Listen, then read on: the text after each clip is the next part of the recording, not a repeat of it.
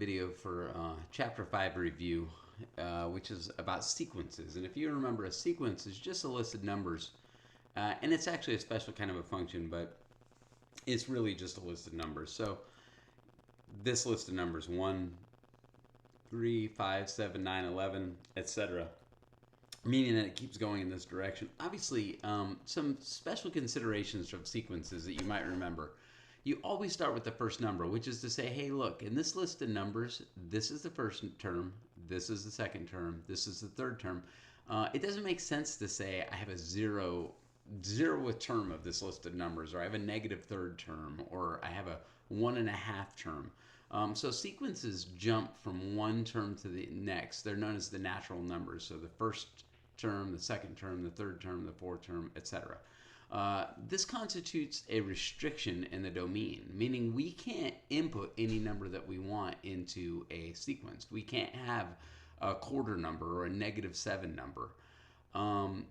So this means that we're going to look at a discrete graph, meaning that we jump from point to point and there's no in between. For example, if we were to look at this sequence, the first number is 1, the second number is 3, so you can see the first number is 1, the second number is 3, third number is 5, and so on. And there is no zero term, there is no negative, there is no 1.5 or 2.5, so it jumps and it's known as discrete.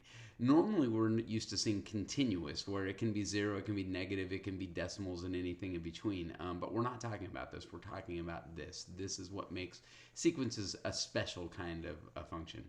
So what we discussed this year was the difference between arithmetic and geometric sequences. Arithmetic sequences are linear. That means they have a common difference and use the equation of a line. So instead of using y equals mx plus b, we actually change the y to t of n, and we change the x to n, and we use t of n equals mn plus b. And this just lets us know that we're dealing with the sequence. The math is the same, but when we see that t of n and n instead of the y and the x, we know that we're talking about a discrete graph as opposed to a continuous graph. So, like I said, t of n replaces the y, n replaces the x. So if we get something that looks like this, t of n equals -4n plus 20, well, it means that my zero term is 20, my y-intercept is 20, and my slope is -4. So my zero term is 20, and then I just start subtracting 4 each time, just like we would with a regular line. But there's a special difference with sequence. Remember, sequences don't have a zero term. So this 020 is only used for the equation. It is not part of the sequence. This sequence doesn't begin until the first term. So this sequence is actually 16, 12, 8, 4, 0, etc. Again, this 020 is only used to describe the sequence. It's not actually part of the sequence. And here's just a couple of examples of linear or arithmetic sequences. This is an increasing arithmetic sequence. You can see there is no zero term, there is no decimals, there's no negatives. And this is a decreasing arithmetic sequence. And again, it kind of looks like it starts at 2, but if you look at the scale, this is going by half. So that first term is actually 7 there. So important to keep that in mind. Now if we go on to geometric. Geometric sequences are exponential. That means they have a common multiplier instead of a common difference. They actually have they multiply by the same amount. And they use the equation of an exponential curve. If you'll remember, the equation of an exponential curve is y equals a times b to the x. Well, again, we're going to replace t of n with y, and we're going to replace n with x. So our equation is going to be t of n equals a times b to the n. To note, again, that we're dealing with the sequence. So here's an example. We have t of n equals 3 times 2 to the n. That means my zero term is 3. That's my starting point.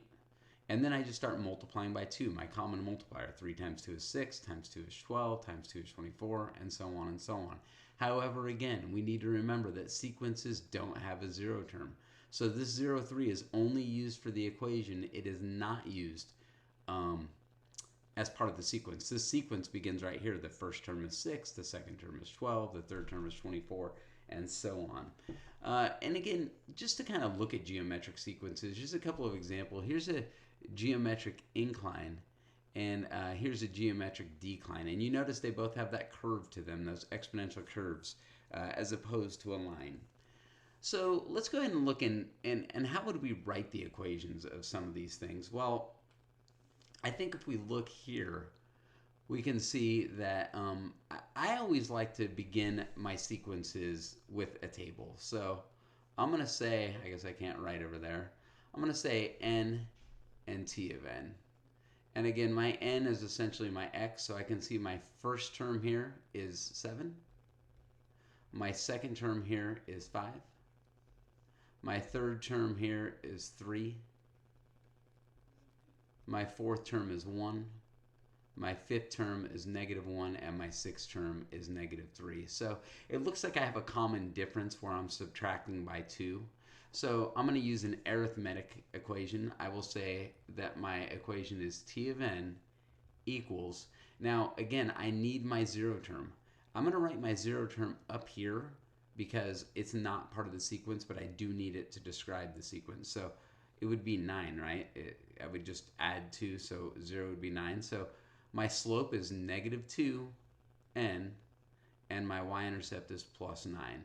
So this becomes my equation of the sequence. And we can, and I would strongly advise you to check. If I plug 3 in, I expect to get 3 out. So if I plug 3 in here, I get -2 times 3 is -6, plus 9 is indeed 3. If I plug in 5, I expect to get -1. So -2 times 5 is -10. -10 plus 9 is -1. So I feel pretty pleased with this arithmetic equation, this arithmetic sequence. This arithmetic equation to describe this sequence. So let's go ahead and do the same thing, but we'll do it with geometric ones this time. So let's start with a nice easy one, and let's go with an exponential increase. And if we look here again, I'll make my table. You can see that my first term is a 7. This isn't, yeah, I don't think this didn't work the way I wanted it to. I need to reopen this and get my equation, actually. I'm sorry. So let's go with a geometric increase.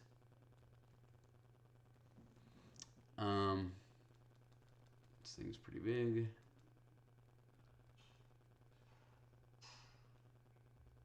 I apologize for the technical difficulties here. Okay, so let's go ahead and I'll make my table. My first term appears to be a 2. My second term appears to be a 4. My third term appears to be an 8. My fourth term appears to be 16. And I hope that everybody can see what appears to be happening here. Now I'm multiplying by 2. So I'm going to use the geometric equation.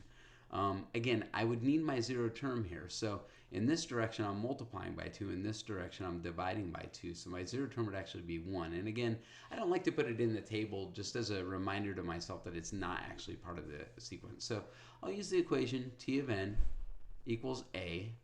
My a term would be 1. And then my b term would be 2 to the n.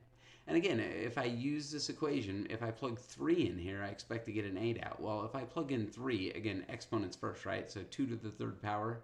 2 to the third power is 2 times 2 times 2. That is 8. 8 times 1 is 8. If I plug in a 2 here, I expect to get a 4. And 2 squared is 4 times 1 is 4. So I'm pretty pleased with this exponential equation.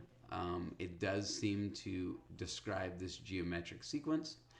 And we'll do one for a decline as well. Let's see if this will allow me to open it, or if I'll have to reopen the program. Yeah, it looks like they're going to make me reopen the program again.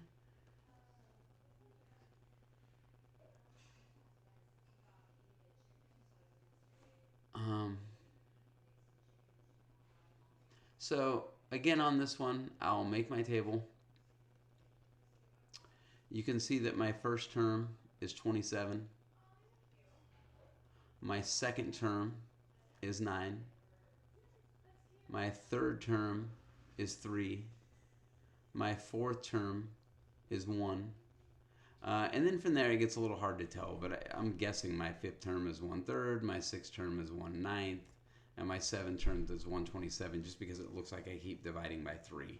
And if I divide by 3 in this direction, and again, we multiply, we don't divide. So really what I'm doing is I'm multiplying by a third, which is the same as dividing by 3. But the equation that we're going to use, it multiplies. It doesn't divide. So I think it's better to multiply by a third than it is to divide. However, in this direction, I multiply by 3, so my 0 term would be 81. So the equation I'll write here is t to the n equals 81 times 1/3 to the n power. And I don't know how great we are at exponents, but if I plug in let's plug in 3. If I plug in 3, I expect to get 3.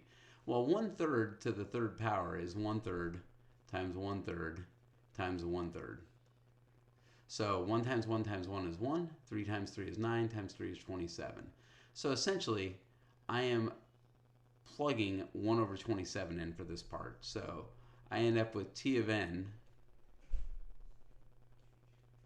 equals 81 times 1/27th. Well, 81 times 1 is 81, divided by 27 equals 3. And that's what we got. When we plug 3 in, we get 3. So hopefully we feel pretty comfortable with these fractional exponents and multiplying those out. You can grab a calculator on this part if it's easier for you. It might be a little bit better. But anyway, bottom line is this does seem to make sense. 81 would be my first term, and then essentially I just start dividing by 3. Again, if you have questions, feel free to reach out and ask questions. Thanks.